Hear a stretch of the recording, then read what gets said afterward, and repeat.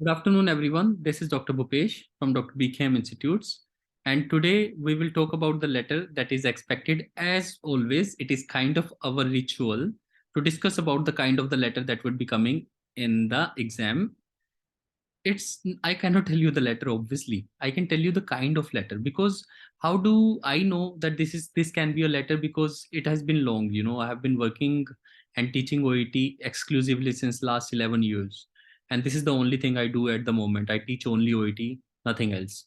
So considering that fact, what I have learned over the pattern, that when it comes to OET and the case notes of a patient, there are two important things. There are two important things. दो ही तरीके के letter आ सकते हैं। पहले जब हम OET नया शुरू हुआ था, डिस्चार्ज लेटर्स आते थे।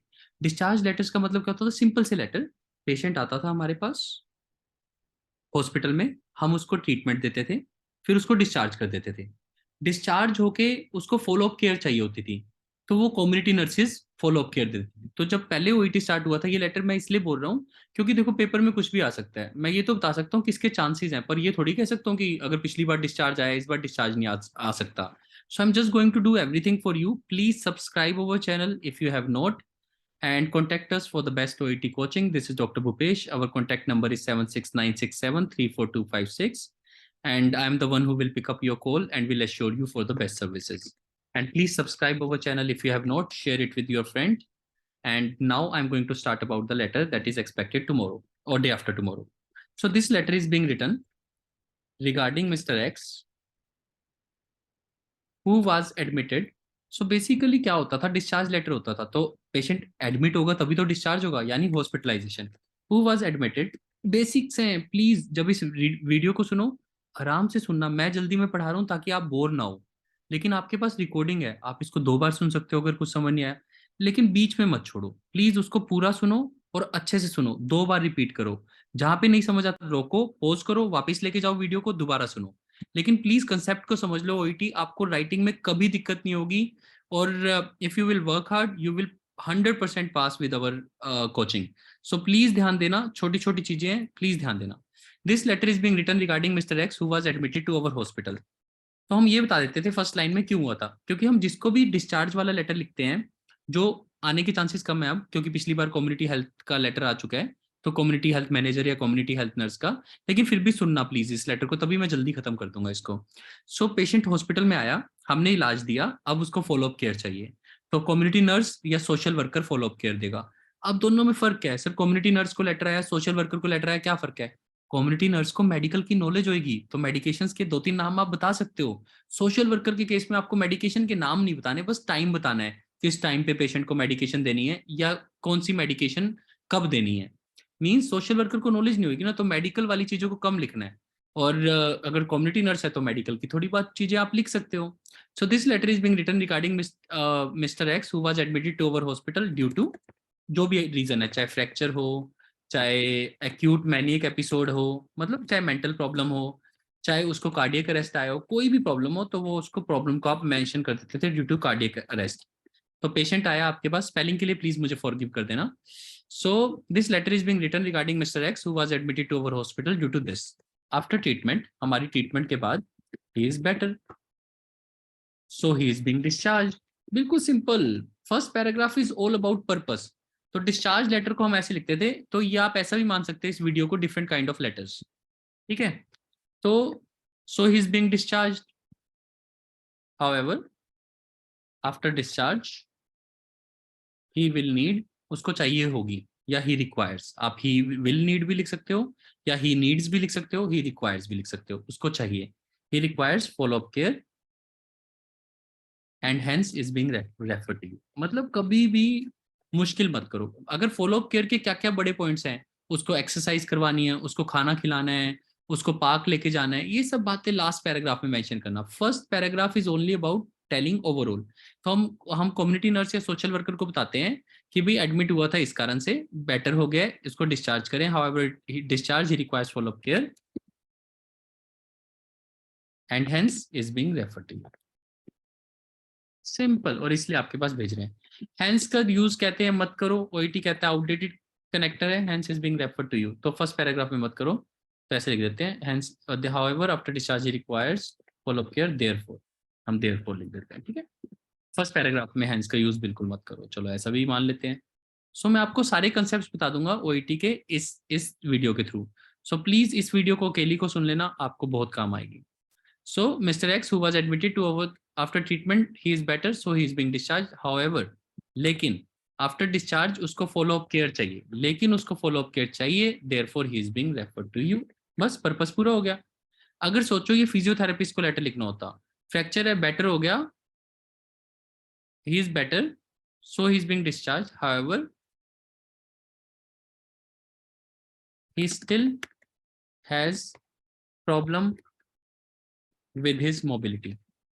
अभी भी प्रॉब्लम है mobility, as he can not walk independently. तो ये डाटा आपको दिया होगा, मैं आपको सिचुएशंस बता रहा हूँ, क्योंकि वो वॉक इंडिपेंडेंटली नहीं कर पा रहा है, therefore he is being referred to you. तो अब साफ साफ पता लग रहा है, ऑब्वियसली ये लेटर फिजियोथेरेपिस्ट को जा रहा है, सोशल वर्कर को भी जा सकता है, कम्युनिटी नर्स, क्योंकि क्योंकि हेल्प तो सोशल वर्कर और कम्युनिटी नर्स भी कर सकती है पेशेंट को चलने में, तो मोबिलिटी को इंप्रूव करने में। लेकिन मेन पर्पस आता है जब आप ये वाला हाउएवर वर्ड लगाते हो। हाउएवर वर्ड हमेशा तभी लगेगा, हाउएवर का मतलब जब पॉजिटिव और नेगेटिव मिल रहे हैं या नेगेटिव और पॉजिटिव, तो ट्रीटमेंट के बाद वो बेटर हो गया, ये पॉजिटिव बात है, इसलिए उसको आप डिस्चार्ज कर रहे हो, ये पॉजिटिव बात है। लेकिन अभी भी उसको मोबिलिटी की प्रॉब्लम है, ये नेगेटिव बात है। लेकिन अभी भी वो पैदल नहीं चल पा रहा, ये नेगेटिव बात है, therefore he is being referred to you. तो मेन पर्पस की लाइन ये होती है, प्लीज समझो, पर्पस की मेन लाइन ये है, this is the main line when it comes to discharge letters. Second kind of letter is discharge back letter, which again, अब ये वाला लेटर, जब ये वाला लेटर आजकल कम आता है, तो सेकंड लेटर, ये वाला कम्युनिटी हेल्थ नर्स वाला लेटर, सॉरी पिछली बार आ गया है, तो दूसरे तरीके का जो लेटर सबसे ज्यादा आता है discharge back letter. Again same letter की बात कर रहे हैं, मतलब सेम ही है, मतलब लेटर सेम ही है, this letter is being written, तो मैं कॉपी पेस्ट भी कर देता हूँ आपके लिए, समझो प्लीज, फर्क नहीं है। आप, हम बहुत ज्यादा ओवर सोच लेते हैं, फर्क नहीं है, प्लीज ध्यान से समझो। मान लो कि ये पेशेंट जो था, यही वाला पेशेंट किसी जनरल प्रैक्टिशनर ने भेजा था आपके पास, क्योंकि जनरल प्रैक्टिशनर के पास जब पेशेंट गया तो उसको समझ आ गई ये कार्डियक अरेस्ट है और इसको कार्डियोलॉजिस्ट ही संभाल सकता है। तो आप जो कार्डियोलॉजिस्ट के पास नर्स हो, तो आप कहोगे this letter is being written regarding mister X की जगह regarding your patient, your known patient mister X. तो पहली चीज तो आप यही कहोगे कि आपके जान पहचान का पेशेंट है मिस्टर एक्स, या आप ऐसा भी कह सकते हो regarding your patient mister X who was admitted to our hospital की जगह who was referred to us due to cardiac arrest. आप प्लीज समझो, कुछ भी चेंज नहीं किया, कोई बड़ी चीज चेंज नहीं की, मैंने सिर्फ इतना ही किया, मैंने बताया आपके पेशेंट की बात कर रहे हैं जो आपने भेजा था, who was referred to us due to cardiac arrest, after treatment he is better, so he is being discharge. बिल्कुल सेम, हम ठीक हो जाएगा। तो अब यहाँ पे आप ट्रीटमेंट में कुछ लिखना चाहते हो कि after placing stent, after doing surgery, after bypass surgery he is better, जो भी अगर आप लिखना चाहते हो, जरूरी नहीं होता, नहीं तो ट्रीटमेंट वर्ड से चल जाएगा, बाईपास सर्जरी भी लास्ट में लिख देना, कोई दिक्कत नहीं है। मतलब मेन चीज यही है कि ही इज बीइंग डिस्चार्ज, बेटर हो गया, after bypass surgery he is better, so he is being discharge. However, sorry, अब यहाँ पे ये हाउएवर वाली लाइन नहीं आएगी, डिस्चार्ज हो रहा है, बेटर है, तो बीइंग हिज जीपी, अब ये लाइन मेन है, उसके जीपी होने के नाते यू आर एडवाइज्ड या you are requested to provide him follow up care. GP कभी फॉलो अप केयर नहीं देगा, लेकिन ये एक ऐसा केस होता है जिसमें जीपी फॉलो अप केयर दे सकता है, क्योंकि वो उसी पेशेंट का जीपी है।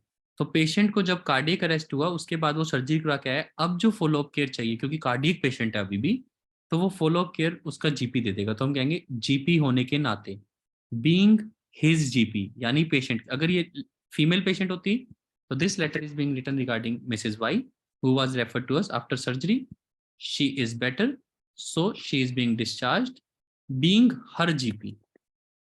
बस इतना सही तो चेंज करना है, you are requested to provide him follow, बस that's it।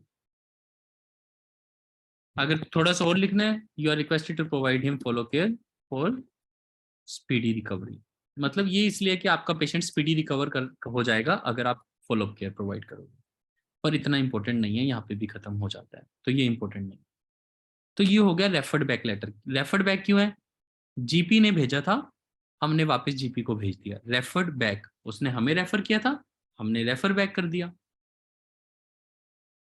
नेक्स्ट चीज, डिस्चार्ज बैक लेटर। ये भी सेम है, कुछ भी अलग नहीं है। आप प्लीज समझो, ओईटी का लेटर जितना मर्जी मुश्किल आए, आपको सिंपल लिखना होता है, डिस्चार्ज बैक लेटर। अब पेशेंट क्या होगा, जीपी के पेशेंट की बजाय किसी नर्सिंग होम से आया होगा, बस जीपी की बजाय नर्सिंग होम में वो रहता होगा, रहता होता नर्सिंग होम में या रिटायरमेंट होम में, क्योंकि रिटायरमेंट होम में और नर्सिंग होम में लोग रहते हैं। तो इस वाले केस में क्या होता है, बस सेम कॉपी पेस्ट कर रहा हूं, दोबारा देखो। प्लीज वीडियो को बार बार सुनना और समझना, सिर्फ सुनना नहीं, समझना। This letter is being written regarding your resident Mrs. X, who was referred to us due to cardiac. After she is better, so she is being discharged back to your premises. आपकी जगह पे वापस भेज रहे हैं। She is being discharged back to the retirement home. दा लिख देते हैं, योर की बजाय दा लिख देते हैं। टू द रिटायरमेंट होम, अगर नर्सिंग होम दिया है तो टू द नर्सिंग होम। मतलब सब कुछ सेम है। मैं वही कह रहा हूँ कि रेजिडेंट आई थी आपकी, who was referred to us due to this, सब कुछ वैसे ही हुआ। So she is being discharge, यहीं पे लगा दिया back to the retirement home. अब यहाँ पे जब वो वहां पे पहुंचेगी, वंस शी रीचेज देयर, जब वो एक बार वहां पे पहुंचेगी, यू आर एडवाइज, तो जीपी को रिक्वेस्ट की थी, इनको एडवाइस कर दो, you are advise to provide her follow up care for speedy recovery. कोई फर्क नहीं है, बस क्वेश्चन पेपर बड़ा आएगा, आपको समझना है कि क्वेश्चन पेपर ओवरऑल क्या कह रहा है। तो आप जो कहते हो फर्स्ट पैराग्राफ में मुश्किल होती है, ये फर्स्ट पैराग्राफ है।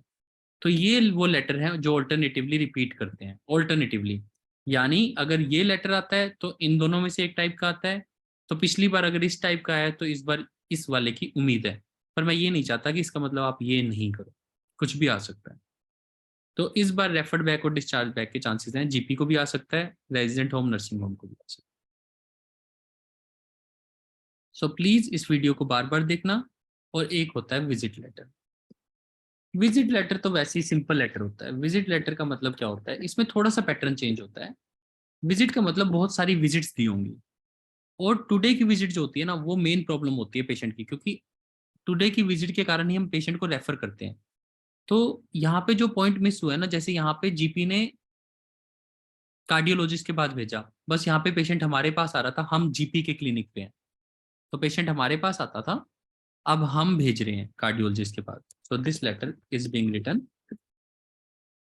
Regarding missus Y, who was suspected, मतलब ऐसे लेटर में, sorry today today who has been suspected, तो इसको प्रेजेंट में लिखना होता है, who has been suspected with cardiac attack and hence she is being referred under your expertise on urgent basis. ये हो गया पर्पस, जब आप बड़े बड़े बंदे को लेटर लिख रहे हो, कि मेन पर्पस की बात करो। मेन पर्पस क्या है, this letter is being written regarding missus Y, who has been suspected, present में, आज की विजिट में, who has been suspected with cardiac arrest and hence, hence की जगह हम देयरफॉर यूज कर रहे हैं, एंड देयरफॉर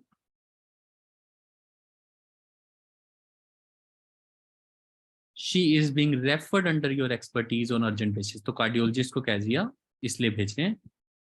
अगर आप लिखना चाहते हो बेसिस फॉर डेफिनेटिव डायग्नोसिस, ये आपको मैनिपुलेट करना पड़ेगा, डायग्नोसिस एंड फर्दर मैनेजमेंट। कोई कंफ्यूजन वाली बात नहीं, बट प्लीज कोई प्रेशर नहीं लेना। अब कंडीशंस चेंज हो सकती हैं, हम कंडीशंस के बारे में बातें करेंगे। अब कई लोग पढ़ाते हैं या कई स्टूडेंट्स पढ़ते टाइम गलत पढ़ लेते हैं, पर मेरे से बहुत स्टूडेंट्स पूछ रहे हैं, सर रेफरल लेटर क्या होता है? ये भी तो एक लेटर होता है। ओईटी में कितने तरीके के लेटर होते हैं सर, रेफरल लेटर भी तो होता है। यार इसमें आप पेशेंट को डिस्चार्ज करके सोशल वर्कर के पास रेफर कर रहे हो, इसमें वापस आप जीपी के पास रेफर कर रहे हो, इसमें वापस आप कम्युनिटी, इसमें वापस आप नर्सिंग होम वालों को वापस भेज रहे हो पेशेंट, इनमें आप कार्डियोलॉजिस्ट को रेफर कर रहे हो, ये सारे ही रेफरल लेटर हैं। कौन सा लेटर रेफरल लेटर नहीं होता?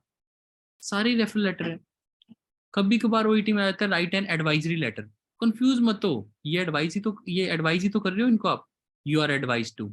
तो वो कभी कभार लिखा जाता है राइट एन एडवाइजरी लेटर, तो बच्चा कहता है यार एडवाइजरी लेटर तो हमें पढ़ाया नहीं इंस्टीट्यूट ने, ये लिखा तो है you are advise to provider follow care, तो एडवाइजरी का मतलब एडवाइस देना है।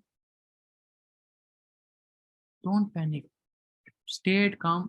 जितना आसान सोच सकते हो, लेटर कितना मर्जी कॉम्प्लेक्स हो उसको आसान सोचो।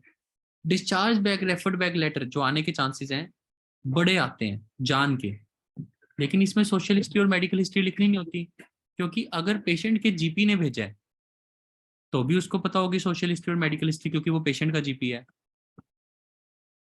अगर अगर वो रिटायरमेंट होम से आया है, वापस रिटायरमेंट होम में जा रहा है, तो भी उसको पता होगा, रिटायरमेंट होम में वापस जा रहा है उनको सोशल हिस्ट्री में। तो इन दोनों लेटर में सोशल हिस्ट्री और मेडिकल हिस्ट्री नहीं लिखना होता, सिर्फ कोई इंपॉर्टेंट पॉइंट होता है तो उस पॉइंट को लिखते हैं कि जैसे कि आपको पता है इसको डायबिटीज है, तो डिस्चार्ज के बाद भी डायबिटिक केयर प्रोवाइड करना। तो लास्ट में, जैसे लास्ट पैराग्राफ में, as you know he is diabetic, so please provide him diabetic diet, बस last, as you know he is diabetic so please provide him diabetic diet, simple. So spelling ठीक कर लेना, obviously as you know he is diabetic so please provide him diabetic diet. इसके अलावा कुछ भी नहीं चाहिए, जितना आसान लिखोगे उतना आसानी से ओईटी का पेपर निकलेगा। सो ये लेटर है, आप इनको अच्छे से देख लो। अब इनके मैं सैंपल्स आपको डिफरेंट डिफरेंट सैंपल्स करवा देता हूँ, प्लीज वीडियो को एंड तक देखना और प्लीज चैनल को सब्सक्राइब कर लेना अगर अभी तक आपने नहीं किया है, जो भी यूट्यूब फॉलोअर्स है हमारे। अब हम डिफरेंट टाइप के लेटर्स करते हैं। ये one of the difficult letters है, सुजैन मैथ्यूज टाइप लेटर, यानी कि इस बार से पिछली बार ऐसा टाइप का लेटर आया था, जब मैंने कहा था ऐसा आएगा तब भी मैंने ये लेटर पढ़ाया था। अब मैं आपको सारा नहीं पढ़ाऊंगा, प्लीज आप वीडियो देख लेना, मैं आपके साथ उन लेटर्स को इस वीडियो के बाद जब आप एंड पे जाओगे तो आपको ये लेटर मिल जाएगा पक्का, इसका वीडियो। लेकिन मैं अब बस आपको छोटा सा बताऊंगा ताकि आप कंफ्यूज मत हो। तो अगर इतना बड़ा लेटर है, देखो कितना सारा डाटा है, ये ओईटी वालों की ओरिजिनल साइट का डाटा है, देखो कितना सारा लेटर है, कितना बड़ा। अब इस लेटर में डाटा सिलेक्शन समझाना चाहता हूँ मैं आपको। You are the community nurse and you are writing letter to Susan Matthews GP. तो ये कौन सी वाला लेटर है सुजैन मैथ्यूज जीपी? ये यही वाला लेटर है जो हम कर रहे थे, referred back letter, Susan Matthew का जीपी। सुजैन मैथ्यू का जीपी मतलब रेफर्ड बैक लेटर है। You are writing to Susan Matthews GP requesting follow up care. मैंने कहा था ना जीपी को फॉलो अप केयर नहीं जाती, लेकिन जीपी को अगर फॉलो अप केयर जाइए तो वैसे भी वो उसी का जीपी होगा। ये भी हम बात कर चुके हैं आप सबसे, प्लीज, है ना, इट्स ऑल इजी, समझो बात को, पैटर्न को समझो। वो एटी के मेडिकल फील्ड से ही तो है हम सारे, तो उसी पैटर्न को हम फॉलो कर रहे हैं। तो जीपी को अब लेटर लिखना है, जीपी को क्या कहना है, पेशेंट बढ़िया कर रहा है, पेशेंट पॉजिटिव हो गया है, इंडिपेंडेंटली मूव कर रहा है, वुंड उसका गुड है, कोई साइन ऑफ इन्फेक्शन नहीं है, खाना भी वेल खा रहा है। लेकिन आप जीपीओ तो आपको बस एक तो उसको मॉनिटर करना है, सूचर्स एक हफ्ते बाद रिमूव करने हैं, तो जीपी कर देगा, जीपी सूचर को भी रिमूव कर देगा, खाने को भी मॉनिटर कर लेगा। शायद इसको खाने की भी प्रॉब्लम होगी पहले कोई, जैसे देखो patient started meals on wheel, तो जरूर पेशेंट खाना नहीं खा रहा होगा। यही है पर्पस, यहीं से पर्पस पता लगता है। और एक पर्पस यहाँ पे दिया होता है कि पेशेंट की मेंटल हेल्थ को मॉनिटर करना, वेट को मॉनिटर करना, वूंड को मॉनिटर करना। यानी पेशेंट का कोई वूंड होगा, पेशेंट के वेट में कोई प्रॉब्लम है, खाने का तो हमें पता लग रहा है, जब खाने का इतना स्पेसिफिक पॉइंट दिया है तो मतलब खाने का तो वेट में गड़बड़ कर रहा होगा पेशेंट कुछ। और पेशेंट की मेंटल हेल्थ गड़बड़ होगी तभी शायद खाना नहीं खा रहा, नहीं तो खाना खा रहा होता। और पेशेंट का मूड भी इंप्रूव हो गया, यानी पेशेंट के मूड में। अब यहाँ से लेटर आपको समझ आ जाना चाहिए, यही पर्पस है। यानी आज लेटर में जो भी मैं जीपी को लिखूंगा और वो उसी का जीपी है। तो अगर मैं कोई पुरानी बीमारी लिख रहा हूँ कि डिप्रेशन है, तो मैं कहूंगा as you know he is depressive so please monitor his mental health, last में, so please monitor his mental health. तो सेकंड पैराग्राफ में सोशल हिस्ट्री और मेडिकल हिस्ट्री की इतनी जरूरत नहीं होती। ठीक है, अब देखते हैं ये पूरा लेटर क्या है। सुजैन मैथ्यूज है, हस्बैंड 5 साल पहले डाई हो गया, अकेली रहती है, चर्च वगैरह जाती है, cerebro vascular accident 4 years ago, lonely and isolated since husband passed away. तो ये तो जीपी को पता होगा कि जब से हस्बैंड की डेथ हुई है किसी से बात नहीं कर दिया। वेट सिर्फ 48 kg है, हिप रिप्लेसमेंट 2014 में करवाई थी, अभी क्या चल रहा है 2016, यानी 2 साल पहले हिप रिप्लेसमेंट करवाई थी, ये तो जरूरी नहीं है। हाइपरटेंशन 14 ईयर से है। Presented to the emergency department, तो हमारे पास क्यों आई, क्योंकि एक्सीडेंट हो गया था, अपना घर का पंखा साफ कर रही थी, नीचे गिर गई लैडर से। नेबर लेके आए तो लेसरेशन मिले, हमने 10 सूचर लगा दिए, तो सूचर है ना, इसीलिए तो वो वुंड वाला पॉइंट है, इसीलिए तो वो वुंड वाला पॉइंट है कि वुंड को मॉनिटर करना है, क्योंकि उस सूचर को रिमूव करेंगे, 10 सूचर को रिमूव करेंगे आफ्टर 1 वीक। वो सूचर कब लगे थे, आज 20th है, लगे थे लगभग 10 तारीख को, 10 दिन पहले लगे थे, और टोटल आज 20th है, टुडेज डेट 20th होगी, और यानी 27th को सूचर, यानी 17 दिनों के लिए सूचर रहे हैं पेशेंट के पास, अगले 7 डेज में उतरेंगे। आज 20 तारीख है और 10 को लगे थे, सो 10th को जब वो आई थी सूचर लगे थे, एक्सरे में कुछ ब्रोकन नहीं था, एडमिटेड हुई थी हमारे हॉस्पिटल में सिर्फ ऑब्जर्वेशन के लिए। 11 तारीख को पेशेंट थोड़ी सी सोर थी, खाना नहीं खा रही थी, नॉट इंटरेस्टेड इन फूड, तो ये बताना चाहिए। वुंड ड्रेसिंग सब कुछ ठीक था, पेशेंट की हेल्थ मॉनिटर की सब कुछ ओके था, सॉरी मॉनिटर नहीं, पेशेंट को मॉनिटर पेशेंट हेल्थ मतलब ठीक है, पर वुंड ड्रेसिंग की, तो जो सूचर किए थे उसकी वुंड ड्रेसिंग की, खाना खाने में इंटरेस्टेड नहीं थी। 12 तारीख को यानी 10 के बाद 12 तारीख 2 दिन बाद वुंड इन्फेक्शन हो गया, टेम्परेचर वगैरह सब बढ़ गया, तो हमने एंटीबायोटिक शुरू कर दी। अब देखो यहाँ पे एंटीबायोटिक नहीं दिया ना, तो इसको लिखना जरूरी नहीं, लेकिन प्लीज समझो ओईटी को, नो साइन ऑफ इन्फेक्शन, जब ये वर्ड अगर आप लिख रहे हो लास्ट में नो साइन ऑफ इन्फेक्शन, तो आपको बताना पड़ेगा कि इन्फेक्शन 12 तारीख को हुई थी, या तो इस पॉइंट को यहाँ से भी उठा दो, वुंड इज सिंपल लिख दो, वुंड इज गुड। अगर आप लास्ट में लिख रहे हो there is no sign of infection now, तो आपको बताना पड़ेगा कि 12 तारीख को इन्फेक्शन हुई थी और वो पेंसिलिन से ठीक होगी, पेंसिलिन शुरू की थी, ठीक होगी। खाना नहीं खा रही थी तो डाइटिशियन को बुलाया, फिजियो को बुलाया, और वुंड क्लीन किया और ड्रेस किया, ये तो चल ही रहा है। फिर 13 तारीख को डाइटिशियन का रिव्यू हुआ, हाई प्रोटीन डाइट दी, और एम था कि वेट बढ़ाना, क्योंकि वेट था सिर्फ 48 kg, तो वेट भी तो बढ़ाना है, तो ये सब काम चल रहे हैं। और 14th को पेशेंट की कंडीशन इंप्रूव हो रही थी, पेशेंट ने डाइट खाना शुरू कर दिया, खाने को एंजॉय कर रही थी, मतलब काफी प्रॉब्लम ठीक होगी, मोबिलाइज भी इंडिपेंडेंटली करने लगी, मतलब जो लेसरेशंस थे वो भी कम हो गए, अब वो चल भी पा रही है। मेडिकेशन वगैरह देखे, रेफर टू कम्युनिटी नर्स। अब यहाँ पे ये लेटर सारा गड़बड़ हो गया, मतलब जो आसान लेटर था मुश्किल हो गया। 14th को रेफर किया गया था कम्युनिटी नर्स, और हम कौन है, हम कौन है, हम कौन है, हम कौन है, you are the community nurse, यानी जो आपने ट्रीटमेंट दी वो ये दी, इसीलिए ये लेटर सबसे डिफिकल्ट लेटर है, इसीलिए मैं रिपीट कराता हूँ, अगर आपको ये लेटर करना आ गया तो प्रॉब्लम ही कोई नहीं है। तो मैं आपको सिखाऊंगा, बस 2 मिनट, बिल्कुल आसान है, ऐसे मत सोचो मुश्किल है। बस ये अभी तक ये जो विजिट थी ना, ये हॉस्पिटल की एडमिशन थी, हॉस्पिटल ने हमारे पास भेजा था, यानी हम सेकंड पर्सन हो गए, ये फर्क है इस लेटर में।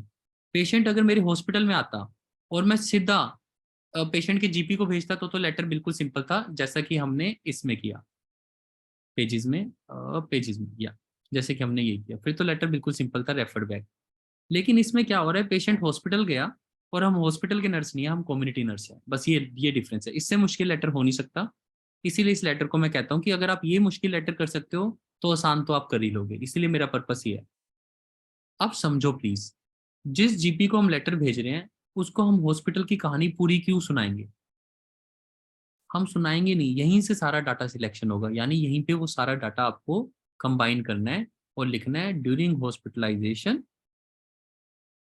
She she was found with laceration, या on the admission day she was found with laceration, so 10 sutures were applied, she got infected for which penicillin was given, also she had problem, ये सारे point को इकट्ठा कर देना है, also she had problem with her diet for which dietitian review was done, when she was transferred to us, when she was transferred to our community, to us, her condition was better, she was following diet and was enjoying food, and also she was mobilizing independently but was slow।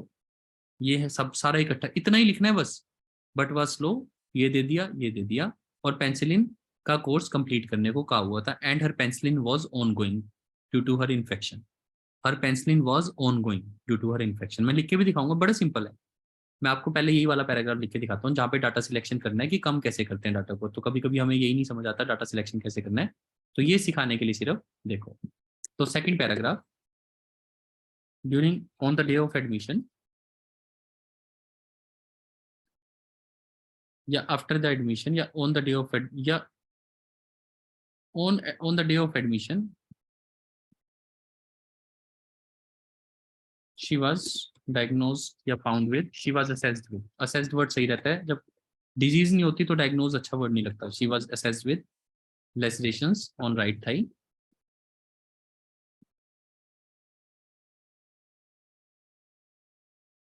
for which 10 sutures were applied.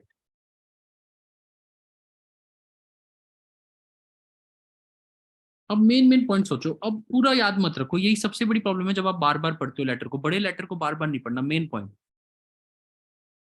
10 sutures applied, she got infection on the second day of her hospitalization। Second day या third day वो देख लेना data में, अगर 10th के बाद 12th को होता तो थर्ड डे कर देना please, on the third day of her hospitalisation. Third को पूरा ही लिख देते हैं, क्यों रिस्क लेना है, अगेन रिस्क नहीं लेना।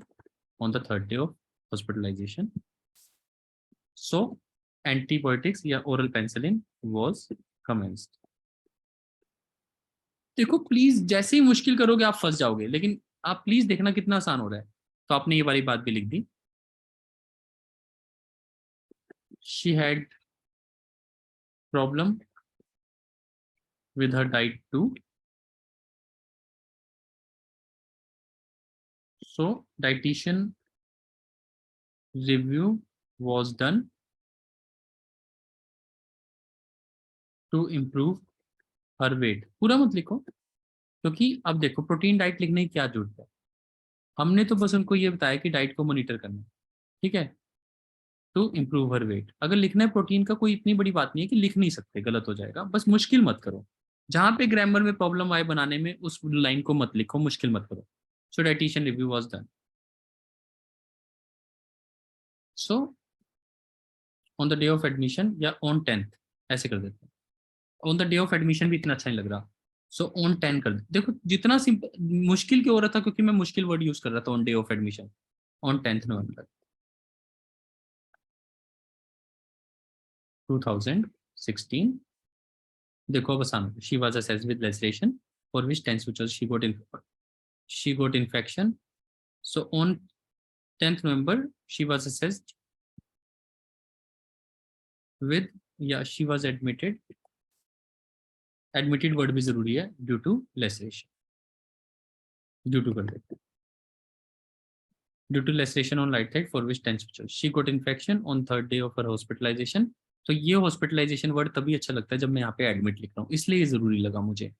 मतलब मैं सोच के वेरिएशंस कर रहा हूँ कि 10 डे को वो एडमिट हुई, थर्ड डे ऑफ हॉस्पिटलाइजेशन, अगर मुझे थर्ड डे हॉस्पिटलाइजेशन लिखना है तो एडमिटेड वर्ड चाहिए मुझे। तो या तो वो एडमिशन में आ सकता था या फिर यहाँ पे आ सकता था, ये मेरी मर्जी है, मैं नाउन बना के यूज करूँ एडमिशन लिख के, या मैं वर्ब बना के एडमिटेड लिखूँ। सो 10th November she was admitted, for which connector use किया दोनों तरफ coma, for which 10 sutures were applied, she got infection on third day, so oral penicillin was commenced, she had problem with her diet, so dietitian review was done to improve her weight। On 14th her mood was better and she was enjoying diet, कुछ बाकी चीजें कुछ मत लिखो, she was enjoying diet and could mobilize as well but only slowly, but slowly, मतलब सारा कुछ इकट्ठा कर दिया मैंने। Her mood was better, she was enjoying diet, अगर बड़ी लाइन लग रही है इसको फुल स्टॉप लगाओ, दो बार एंड आ रहा है तो रहने दो, पंगा नहीं लेते। तो ऐसे लिखते हैं, she could mobilise as well but slowly and was referred to us for follow care, हमारे पास फॉलो केयर के लिए भेज दी गई। ड्यूरिंग आर केयर, अब जो आपके पॉइंट्स हैं उनको इकट्ठा कर दो। ड्यूरिंग आर केयर, अब ये वाले पॉइंट्स आप इकट्ठे कर दो। ड्यूरिंग आर केयर हमने क्या किया देखते हैं। ड्यूरिंग आर केयर ये 16 patient was moody, lonely and was not coping with new diet regime. She was ये ठीक है, wound was cleaned and dressed with antiseptic infection. Sorry, एक वो रह गया हमारा कि oral penicillin दी थी.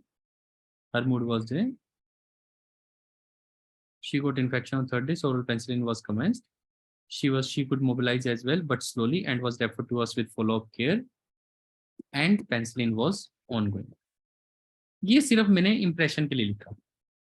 She was referred to us for follow-up care and penicillin was ongoing. So during our care, हमने क्या क्या किया? अब अपना देखो आपने क्या क्या किया.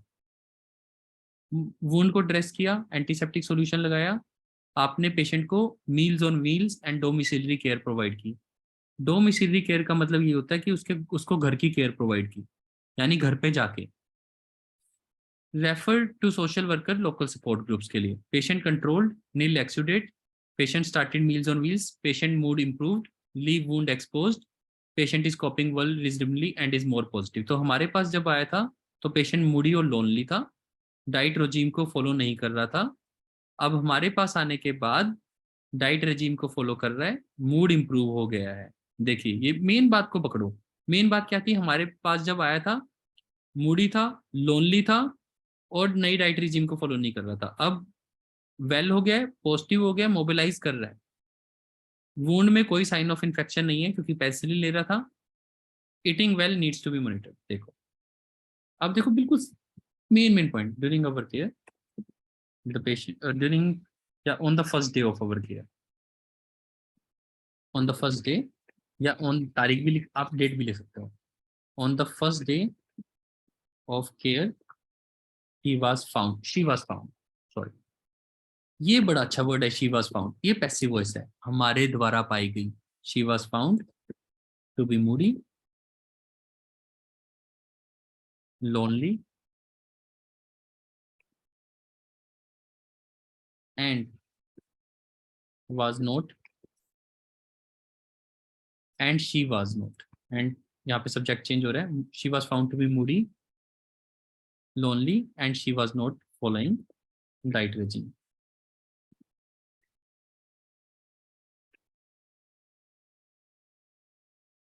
So अब एक छोटी सी line. therefore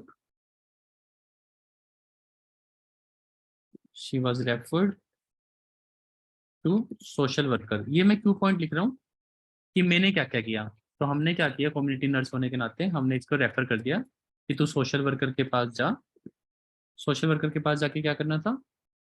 patient to social worker local support groups के लिए और खाने के लिए हमने मील्स ऑन व्हील्स दे दिया. ठीक है. Patient she was not following diet regime, so she therefore she was referred to meals on wheels and to improve her mood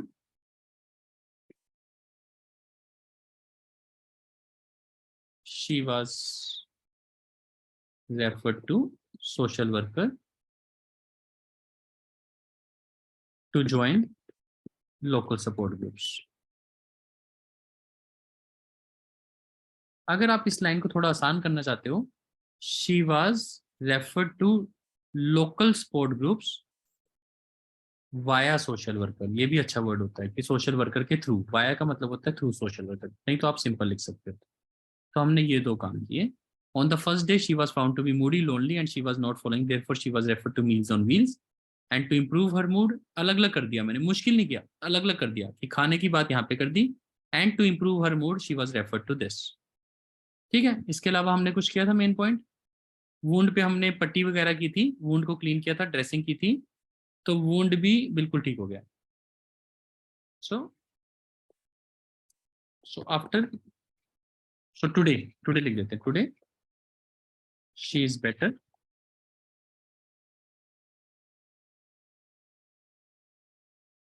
her wounds पहले पाथ में लिखते हैं क्या क्या हुआ था. Her wounds were dressed, her wound was dressed. और क्या किया? वुंड को हमने अपने ड्यूरिंग अवर केयर हमने किया. वुंड्स वर ड्रेस्ड और क्या किया था? बस हाँ, wound was clean and dressed. बस today.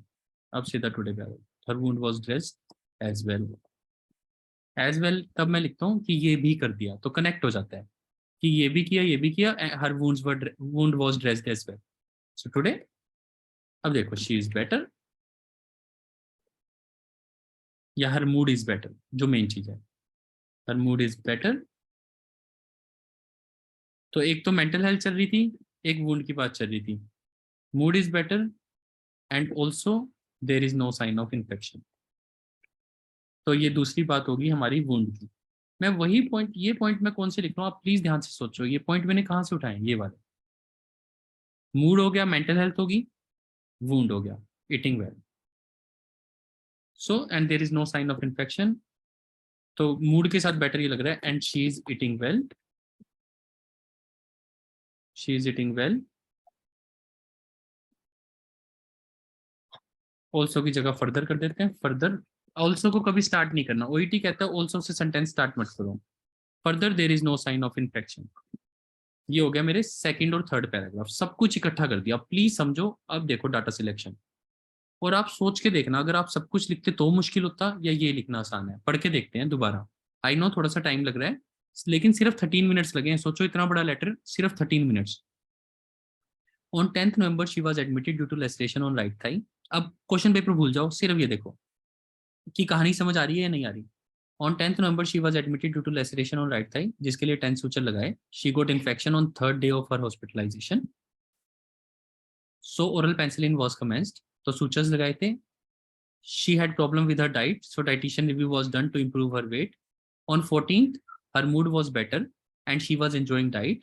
She could mobilize as well, but slowly, and was referred to us for follow-up care. दो बार आ रहा है, तो इसको अलग कर देते हैं। Her penicillin was ongoing. On the first day of care, on the first day of our care, she was found to be moody, lonely, and she was not following. हमारे पास रेफर कर दी थी, तो ये लाइन शायद तंग कर दी है, इसको रहने देते हैं, पेंसिलिन को हटा देते, छोड़ो। वो ऑब्वियसली जब मैंने पेंसिलिन को स्टॉप नहीं किया तो चल ही रही है, उसको रहने देते हैं, वही तंग कर रही है लाइन। जहां पे लाइन तंग कर रही है हटा दो, मैं बढ़ा नहीं रहा, मैं कम कर रहा हूँ, समझो कि ओईटी को सिंपल करना है। तो on 14th her mood was better, she was mobilising as well and was referred to us for follow up care. On the first day of our care, तो फॉलो अप केयर थी, on the first day of our care, तो ये follow up care ही है।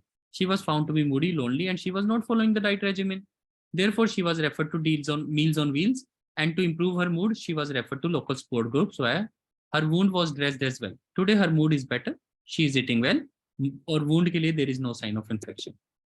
Now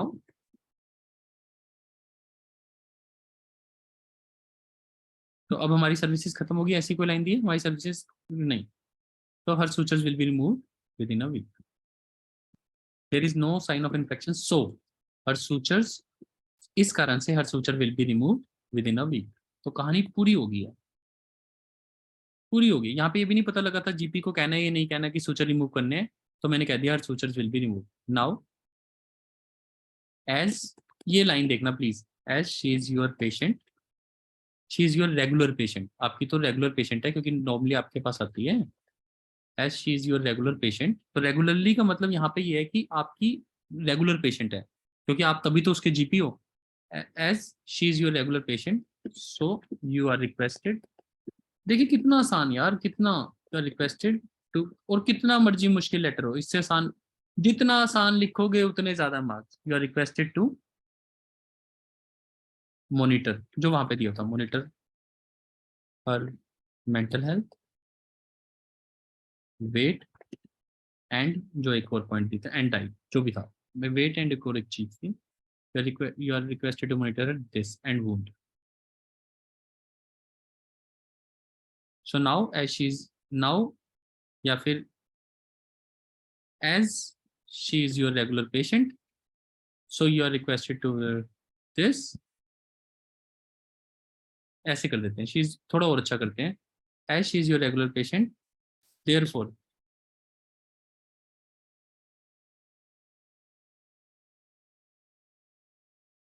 नहीं यही ठीक है, so you are requested to provide monitor mental health. इसके अलावा और तो कुछ नहीं करना था जीपी को। नहीं, वेट यहीं पे आ गया, तो ये ईटिंग वेल का वहीं पे देख, बस इतना सा लेटर है, देखो सच में इतना सा है। Should you require further information, ये काउंट नहीं होता, feel free to contact.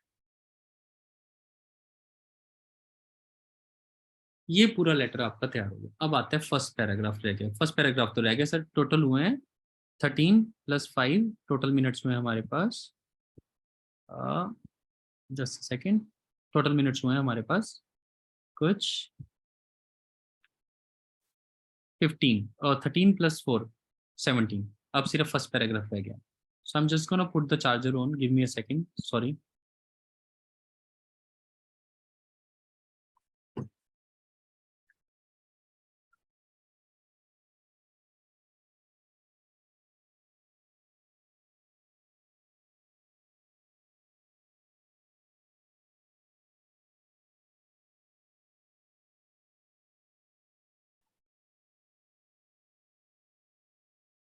Sorry, my battery was almost over.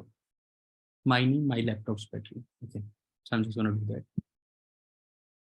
So ये हो गया लेटर पूरा,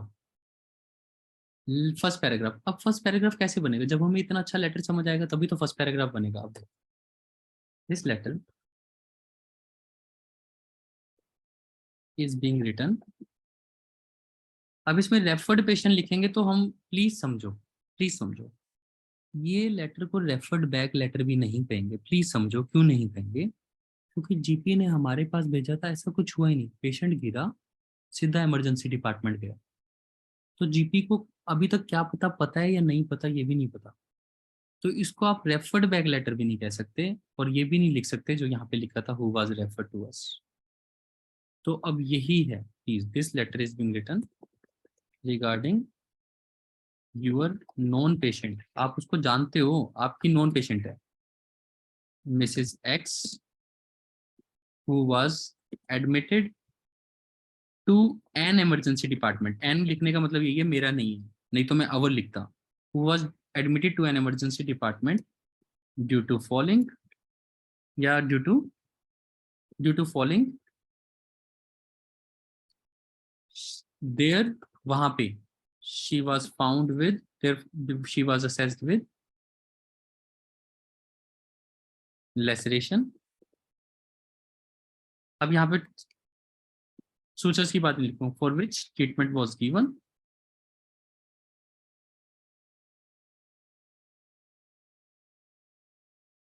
अब इसमें मैं ज्यादा कुछ नहीं लिख रहा। After that she was referred to us for follow up care. Now she is better, please समझो, she is better but she needs ongoing monitoring. Ongoing का मतलब यही होता है जो मॉनिटरिंग चल रही थी, या she needs continuous monitoring, she needs monitoring regarding her diet, mental health and wound.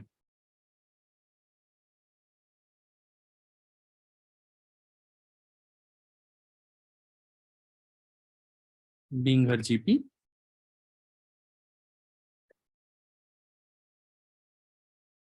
you are requested to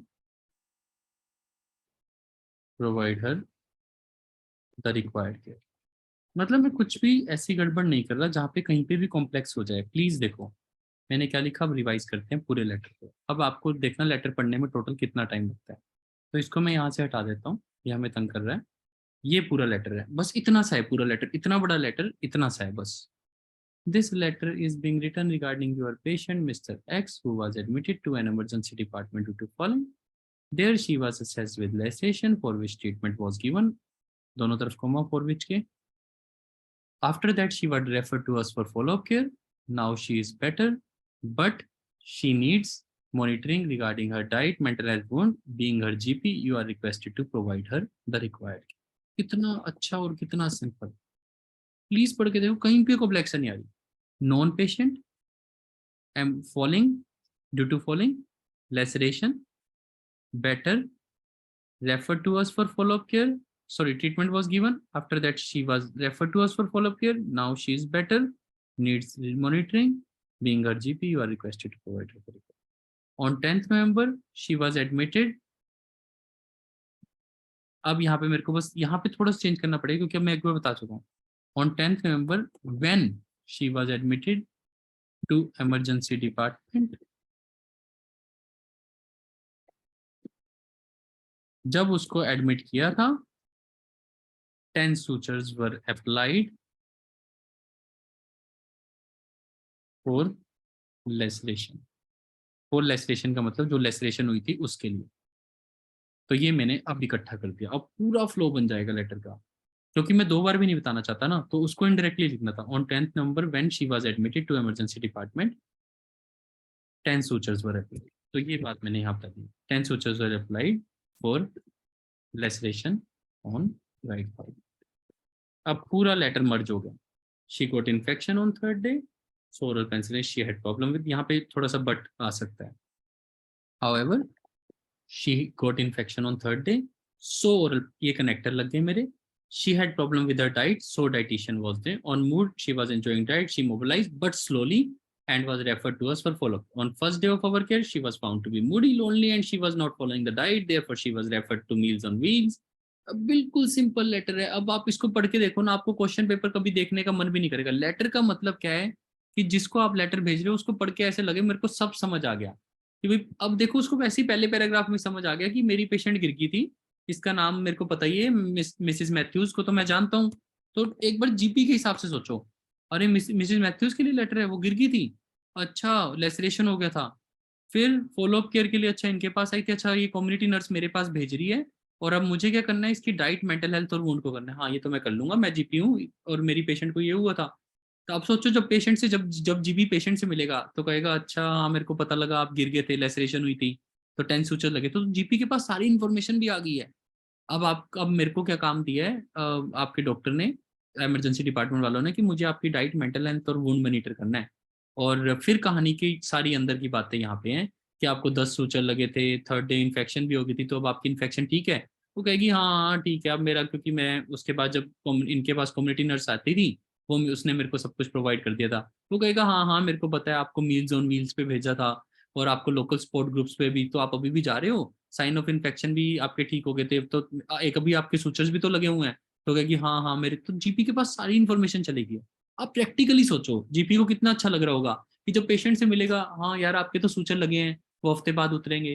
वो कहेगी हाँ हाँ मेरे को भी यही बताया है। फिर कहेगा अच्छा आपको मील्स और व्हील्स का खाना कैसा लग रहा है, ठीक लग रहा है। वो कहेगी हाँ यार आपको तो सब पता है। फिर वो कहेगी सोशल वर्कर के बारे में भी आप जा रहे हो वहाँ पे सपोर्ट ग्रुप्स में, कहेगी अरे यार इसको तो सब कुछ पता है। लेटर का मतलब यही है, it should be informative but it should be a very simple letter, very simple letter. तो इस लेटर को चाहे आप 10 बार सुन लो इस वीडियो को, पर अगर आपको ये लेटर लिखना आ गया तो मतलब आप किसी भी तरीके का लेटर, क्योंकि आपको पहली बारी में ये समझ आएगा कनेक्टर क्या लगाने हैं, ग्रामर का यूज करनी है, बहुत कुछ समझ आएगा। लेकिन जब आप इसको 5 या 10 बार सुनोगे ना, आपको पता है क्या समझ आएगा, सबसे इंपॉर्टेंट बात, कि मुश्किल लिखना ही नहीं, कि आसान कैसे करना है, कि इतने बड़े लेटर में से कैसे इतना छोटा किया। तो आपको वो अरेंजमेंट तभी समझ आएगी जब आप इसको 5 बार नहीं लिख पाओगे, 3 बार लिख के देख लो सेम लेटर को, मतलब कितना टाइम लगेगा। और वर्ड काउंट भी कर लेते हैं, 1 2 3 4 5 6 7 8 9 10 11 12 13 14 15। तो एज यूजल, सो 15 4 जा 60, 15 5 जा 75, 75 प्लस 60, 7 और 3 6 13 प्लस 5, ये भी 65 ही है। तो 3 और 6 हो गए लगभग 90, और ये मुश्किल से 15 वर्ड्स होंगे। तो मतलब 205 to 210 वर्ड्स का perfect letter with all the connectors. तो जितनी बार इस लेटर को लिख के देख लोगे, और जब वही कह रहा हूँ, जब बार बार लिखोगे तो आपको ये समझ आएगा कैसे इतने मुश्किल लेटर को सिर्फ आसान चीजें लिखनी है। आपका सबकॉन्शियस माइंड आपको बैक करेगा, आपको कोई दिक्कत नहीं होएगी, that's an assurance. This is doctor Bhupesh from doctor BKM institutes, as usual guiding you kind of the exam that can come. ऐसा कुछ आ सकता है, लेकिन सिंपल विजिट लेटर भी आ सकता है, जो आज आप सबसे तो करवाए जो हमारे स्टूडेंट्स हैं।